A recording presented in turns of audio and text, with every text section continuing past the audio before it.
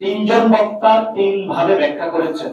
আইনি ভাবে ব্যাখ্যা এসেছে, হিস্টোরিক্যাল ব্যাকগ্রাউন্ড থেকে ব্যাখ্যা এসেছে, গণ অভ্যুত্থানের নেতা আরিফ সাহেব কেন তারা লড়াই করেছিলেন, সময় উপযোগী জায়গা থেকে, হিস্টোরি থেকে, ভবিষ্যৎ জায়গা থেকে উনি সুন্দরভাবে ব্যাখ্যাটা দিয়েছেন।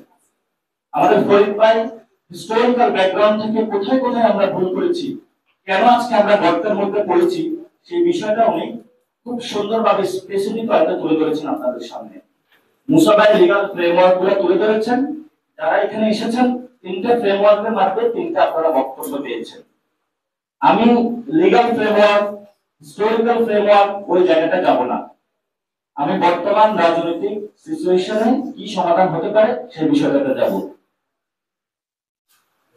কয়েকদিন আগে বাংলাদেশের আমলা থেকে রাজনৈতিক নেতা বলে যাওয়া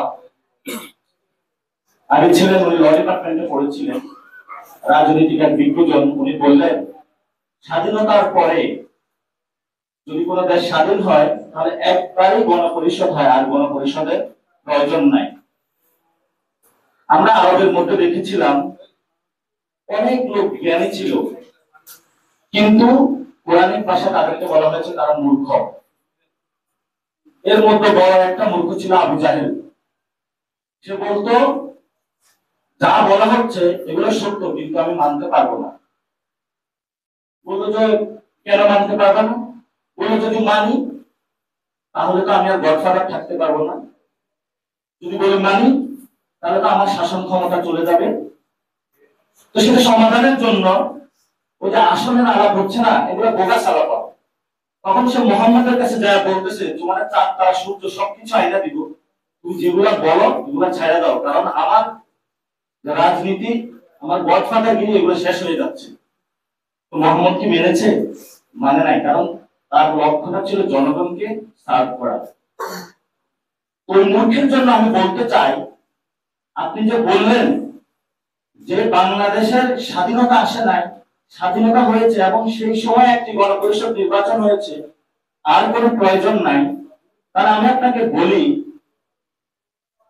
টার্কির ইতিহাস তো আপনি পড়াশোনা করেছেন, সেখানে কয়টি গণপরিষদ হয়েছে?